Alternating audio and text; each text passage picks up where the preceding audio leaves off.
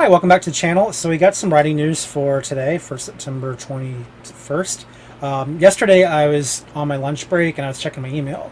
And right before I wrapped up, I got an email from ScribeCount, which, if you're not familiar with ScribeCount, it's one of my favorite tools for writers, and I'll talk more about it in a minute. But I had just looked at my daily report, which is usually 0, and the fact that it sent me another email, I'm thinking, oh, well, this ought to be good. So I went ahead and I saw the header, price change and offer for you. I thought, well, that's interesting news. I don't feel like that's going to probably affect me because I'm on the free plan, because I make under $1,000 a month, and they don't charge you for using their services if you make under $1,000 a month. So I'm like, I guess this is going to be a good deal for those who make more than $1,000. But anyway, I saw the offer and thought, well, let me open the email, even though I do need to wrap up my lunch so I can go to work and not be late because I had a workshop I had to do. But I thought, let me just see what this is. And so I opened it and I start reading, and ScribeCount went on to break my heart. And this is essentially the gist of it. And I don't know if you guys are on their emailing list. You can kind of get the full scoop. But essentially, their free plan is going away. Specifically, it's the reason is their server costs are getting too high, and I kind of get that. Like, whenever you're dealing with any kind of API system, you are pulling in from other sources, and that requires server costs. That does charge money for every time it's used. And I suppose that depending on how intensive your pulling the data is, it's going to get more expensive. And ScribeCount's the kind of tool where it went way beyond its original plan, which was to do essentially what you're looking at here, and make it an all-purpose calendar reporting tool, a manual log for your website income. Of course, it's now doing Amazon ad reporting. It's doing a lot of things that it didn't do when it first started. And originally, the plan for ScribeCount, the whole reason why I actually subscribed to it, was because it was reasonable. Like, I think originally, if you earned less than $500 a month on your book sales, you got it for free. And then if you earn more than $500, then you paid $25 for the month. And if you ever went back below the threshold, you went back to free. And basically, the tiers, they rise and fall depending on what your actual earnings are. So you're never fixed to an exact number each month. Like, you don't cross the threshold and then get locked into that plan. You are always able to go up and down depending on what your actual earnings are, which I think is a brilliant system. And I praise ScribeCount left and right and up and down all over the place, because I think they have one of the most innovative paying structures there is. And it's it's an easy access point. It's a great way to market their systems. It's a great way to get authors interested in what they're doing. It's a great way for authors to track what they're doing and actually be incentivized to try harder. Because I don't know about you, I like watching graphs climb. I like seeing the bar graphs get taller and taller. I like to see more notches in these circles here. I just like to see data constantly growing. Like, I want to be at the point where I have to pay for it, because that means I'm making good money off of my books. Problem is, as of October 1st, I am going to be paying for it, even though my book sales have not increased at all. And that's sort of the well, they call it the bad news. They're admitting that, sorry guys, that free plan you were enjoying for the last 2 years, like, we can't sustain it anymore. And this is the sad reality of independent writing, is there are a lot of writers out there who are really killing it. They're making not just $1,000 a month, they're making $10,000 a month. There's some that have some really great series that have a lot of readers, and they keep coming back.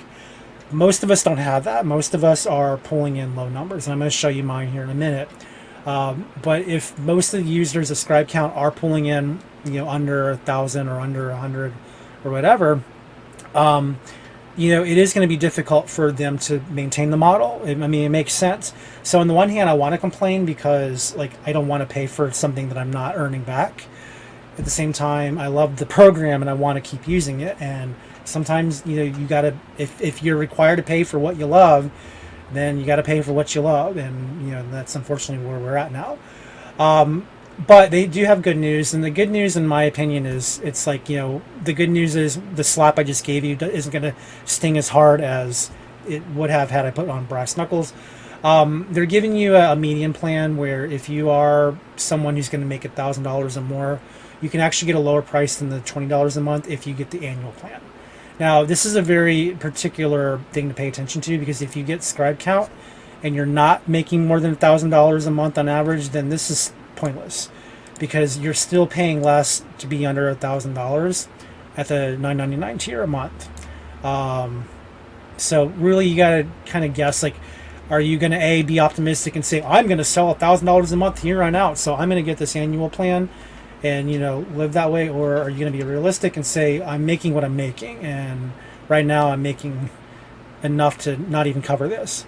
So I would prefer it, again, if ScribeCount had been able to maintain at least one free tier, where maybe $1,000 is overkill, and I actually think that was way too generous. I would be willing to have it lowered down to $100 a month, $50 a month, $10 a month. If you earn less than $10 a month, you don't have to pay anything. That would be nice, because I don't want to have to pay for something that I can't break even on. That's kind of stupid, especially when it's a reporting tool where it literally is doing nothing to improve my career. It's just giving me a way to see how I'm doing. And so I would love to have a free tier that is reasonable. And I think anything where, I would think a fair price would be, 20, 25 or higher would mean getting the $10 tier, because at least you're still earning out the money you're paying into it. But going back to what I said before, the whole reason why they're doing this at all is because of server cost. And I don't know what stress the servers are putting on their system, even for free authors, even for authors with 10 free books and like one paid book that no one's buying, which is essentially what I've got. It might be unfair, no matter what you expect, even that low. So I get what they're doing. I don't love it at all, but I get it, and I still support them, and I'm gonna get the $10 a month tier because I like the program, even though I'm not breaking even on it. And which we'll go ahead and, if you want to take a moment, I'll show you why that's the case, but also why I still love the tool even though that is the case. Okay, so this is my ScribeCount dashboard for most of September, and this number here goes back to, I guess, August 20th or so. I moved 37 units in the last 30 days, but I've only made $1.57, and that was off of one book. And of course, if you go into my graphs, which, again, if you've seen my videos before, I like this program, but you also know this program is a little slow. So while we're waiting for it to generate my reports, I'm just going to say, I love the interface. Look how clean this is. It gives me all this reporting, but there's a lot of zeros there, under a lot of titles. Some of these titles have actually been published recently, so they're not going to show numbers. But as I go on and click down here, you'll see I've got my free unit bar, or if I go over into my free book dashboard here and click on it, it's going to pull up the rising towers of sales, and you'll see that I've only, in all of September, I've only had 3 days where people have picked up books. And again, these are all the free books. Like every single one of these are free. I have 28 sales, or on quote-unquote sales, on the 6th, probably from the same person, because I don't know why I would suddenly have a blast of takers for all of these books on one day and then not have anything around it. But again, I don't know how people think. I only know how I think. But I don't have any sales for royalties. You have to technically go back to let's see, last 30 days in order to see that. In which case, if I do that, then it's going to give me a much bigger and accurate picture of what my last month looked like. And of course, here's my Gutter Child sale, my one. I think is it one sale? It looks like it. Yeah, unit sold one. But again, look at the platform. It's a nice platform. It's really it's innovative. It's clean. Of course, you have all these things down here where you can go in your bookshelf and look at your sales by book, and of course you can sort it by the most popular.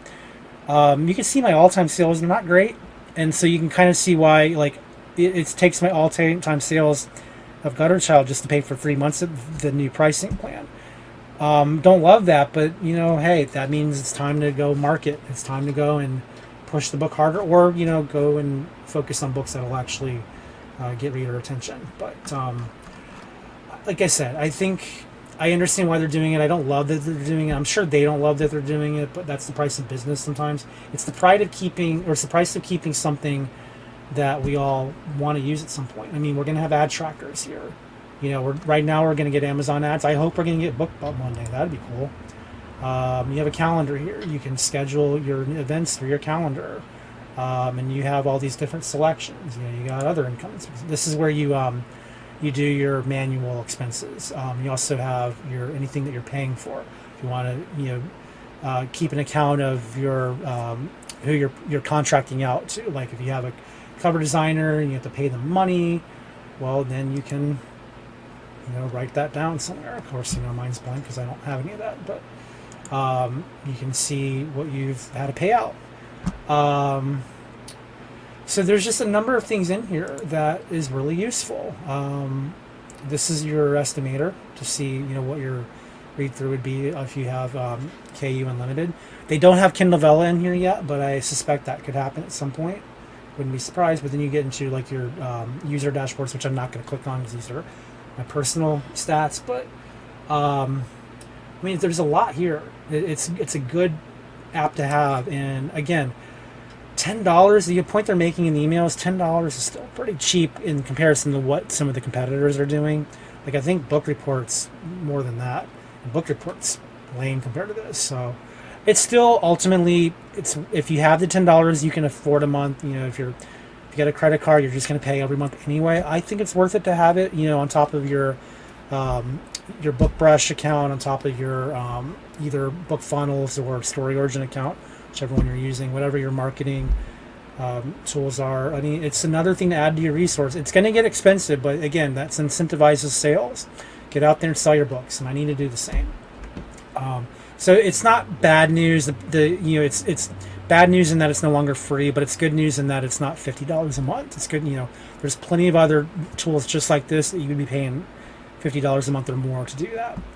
There's one. Just while I'm on the topic, there's one I'm considering buying here because it's on a timer, but it's one of these AppSumo deals. This thing called Oviond. It's got 2 days left, but it's kind of similar in that it reports your social media, your PayPal, does a lot of the same stuff. And I'm tempted to buy this thing because I love reports and I love to have items that are like ScribeCount. So to me, I'm still going to use it.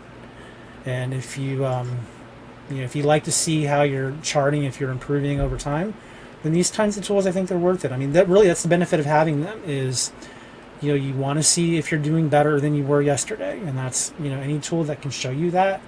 And you don't have to go all over the map trying to find that answer. Because again, this pulls in all your data. It pulls in your Google Books, your Smashwords, your Amazon.